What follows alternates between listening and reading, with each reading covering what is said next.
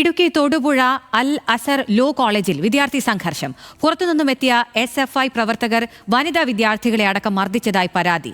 KSU നാമനിർദ്ദേശ പത്രിക സമർപ്പിച്ചത് സമയപരിധി കഴിഞ്ഞെന്ന് SFI ആരോപണം. വിവരങ്ങളുമായി ആൽവിൻ തോമസ് ഉണ്ട്. ആൽവിൻ, ഈ SFI ഉന്നയിക്കുന്ന കാര്യങ്ങൾ ശരിയാണെങ്കിൽ പോലും അത് മർദ്ദനത്തിലേക്ക് കടക്കേണ്ട കാര്യമൊന്നുമില്ല. ഇതെങ്ങനെയാണ് സംഭവിച്ചത്? എന്തൊക്കെയാണ് വിവരങ്ങൾ? സർവകലാശാലയുടെ തെരഞ്ഞെടുപ്പുമായി ബന്ധപ്പെട്ട് ഇന്ന് പല കോളേജുകളിലും തെരഞ്ഞെടുപ്പ് യൂണിവേഴ്സിറ്റിയുടെ കീഴിലുള്ള കോളേജുകളിൽ തെരഞ്ഞെടുപ്പ് നടക്കുന്നുണ്ടായിരുന്നു. ഇന്ന് അൽ അസർ കോളേജിലെ ലോ കോളേജിലാണ് തെരഞ്ഞെടുപ്പിലാണ് വലിയ സംഘർഷം. ഏതാണ്ട് മണിക്കൂറുകൾ നീണ്ട സംഘർഷമാണ് ഉണ്ടായത്.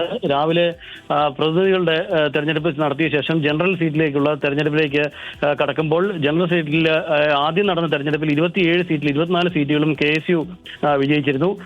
പിന്നീട് ജനറൽ ഇലക്ഷനിലേക്ക് അല്ലെങ്കിൽ ചെയർമാൻ സ്ഥാനം ഉൾപ്പെടെയുള്ള ഇലക്ഷനിലേക്ക് നോമിനേഷൻ നൽകുമ്പോൾ ആ നോമിനേഷന്റെ സമയക്രമം തെറ്റിയാണ് നോമിനേഷൻ നൽകിയത് എന്നുള്ളതാണ് SFIയുടെ ആരോപണം. അത്തരത്തിലുള്ള ആരോപണമാണ് അവർ ഉന്നയിച്ചത്. പക്ഷേ അത് വലിയ തോതിലുള്ള സംഘർഷത്തിലേക്ക് നീങ്ങുകയായിരുന്നു.